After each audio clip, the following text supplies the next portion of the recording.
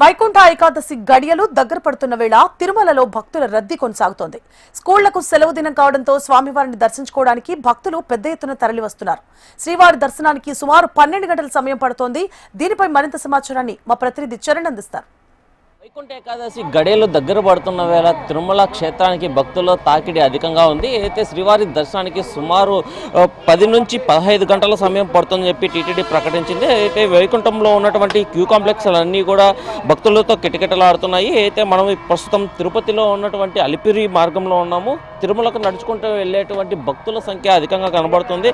అయితే వైకుంఠ ఏకాదశి ఈ నెల 30వ తేదీ నుంచి 31 జనవరి 1 3 రోజులు అత్యంత ప్రత్యేకమైనటువంటి రోజులుగా భక్తులు భావిస్తుంటారు. ఈ భక్తులందరూ కూడా వైకుంఠ ఏకాదశి రోజున స్వామివారిని దర్శించుకోవాలని చెప్పి దేశ నలుమూల నుంచే కాదు ప్రపంచ నలుమూల నుంచి కూడా తిరుమలకు చేరుకుంటున్న పరిస్థితి నెలకొంది. ప్రస్తుతం మనం అలిపిరిలో చూస్తున్నాం.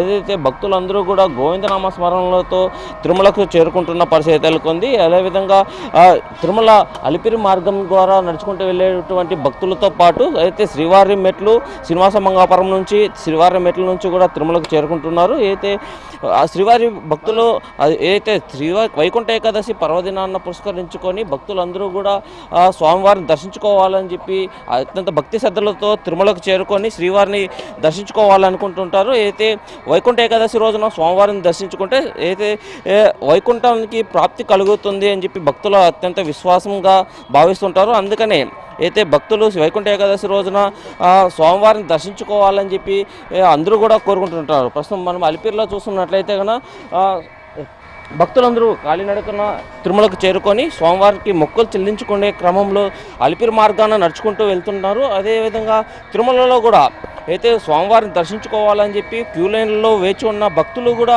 టీటీడీ భక్తుల కోసం అన్ని సౌకర్యాలు చేసింది. అయితే భక్తుల కోసం కావాల్సినటువంటి జలప్రసాదం అలాగే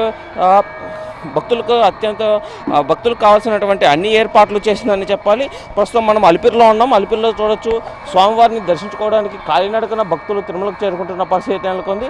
అయితే టీటీడీ కూడా భక్తులందరికీ కూడా ఒక సూచనలు అయితే చేస్తుంది. ఎవరికైతే శ్రీవారి టికెట్లు ఉన్నాయో వైకుంఠ ఏకాదశి స్వామివారిని దర్శించుకోవడానికి టీటీడీ ఎవరికైతే టికెట్లు కేటాయించిందో వాళ్ళు మాత్రమే తిరుమలకు వచ్చి శ్రీవారిని దర్శించుకోవాలని చెప్పి టీటీడీ అయితే కనుక సూచనలు అయితే చేసిన పరిస్థితి నెలకొంది.